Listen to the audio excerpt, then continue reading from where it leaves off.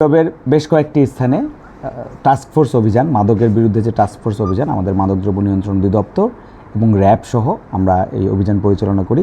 আমরা গোপন সংবাদের ভিত্তিতে ভৈরবের বেশ কয়েকটি স্থানে টাস্কফোর্স অভিযান, মাদকের বিরুদ্ধে যে টাস্কফোর্স অভিযান, আমাদের মাদকদ্রব্য নিয়ন্ত্রণ অধিদপ্তর এবং র্যাব সহ আমরা এই অভিযান পরিচালনা করি। এর মধ্যে আমরা একটি স্থানে একটা যে রিক্সার গ্যারেজ চার্জ করার জন্য এরকম একটা জায়গায় আমরা যাই এবং সেখানে গিয়ে আমলাপাড়া মূলত জায়গাটার নাম, সেখানে গিয়ে আমরা দেখতে পাই যে এই গ্যারেজের মধ্যে চার্জ করা ছাড়াও আরেক ধরনের কর্ম সেখানে চলে, সেটা হচ্ছে মাদকের একটা আখড়া সেটা বলা যায়। সেখানে গিয়ে আমরা যে মাদক ব্যবসায়ী তাকে আমরা হাতে নাতে ধরতে সক্ষম হই। মাদকদ্রব্য নিয়ন্ত্রণ অধিদপ্তরের যারা চৌকস আমাদের যে কর্মকর্তারা রয়েছেন তারা ধরে ফেলেন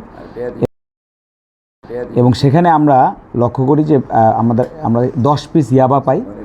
এছাড়া কিছু পরিমাণ গাঁজা উদ্ধার করি এবং আমরা গাঁজা সেবনরত অবস্থায় 2জন অটো চালককেও পাই আর 2জন সন্দেহভাজন ব্যক্তিকে অ্যাট দ্য সেম টাইম আটক করি, অর্থাৎ মোট 5 জন। এর মধ্যে যে মাদক ব্যবসায়ী, মূল যে ব্যবসায়ী যার কাছে আমরা আসলে যেই 10 পিস ইয়াবা পাই, তাকে এই অপরাধে তাকে আমরা 6 মাসের কারাদণ্ড এবং তার কাছে মাদক বিক্রির 2600 টাকা আমরা পেয়েছিলাম, রাইট?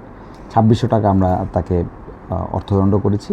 এছাড়া যে 2জনকে আমরা গাঁজা সেবনরত অবস্থায় পেয়েছি তাদেরকে 3 সপ্তাহ অর্থাৎ 21 দিন করে 36-এর 5 ধারায় সেবনরত বা সেবন করার দায় দেওয়া হয়েছে। এছাড়া আমরা 2জন সন্দেহভাজন ব্যক্তিকে আটক করেছি, যাদের মধ্যে দুজনেরই একজন একটু বেশি বয়স এবং যার হার্টের কন্ডিশনও রয়েছে। তো সার্বিক বিবেচনা করে 2জনের বিষয়ে আমরা সিদ্ধান্ত গ্রহণ করছি। 2জনকেই হয়তো আমরা মুচলেকা গ্রহণ করে এবং খুব কড়া শর্তে মুচলেকা গ্রহণ করে তাদেরকে আমরা ছেড়ে দিয়েছি।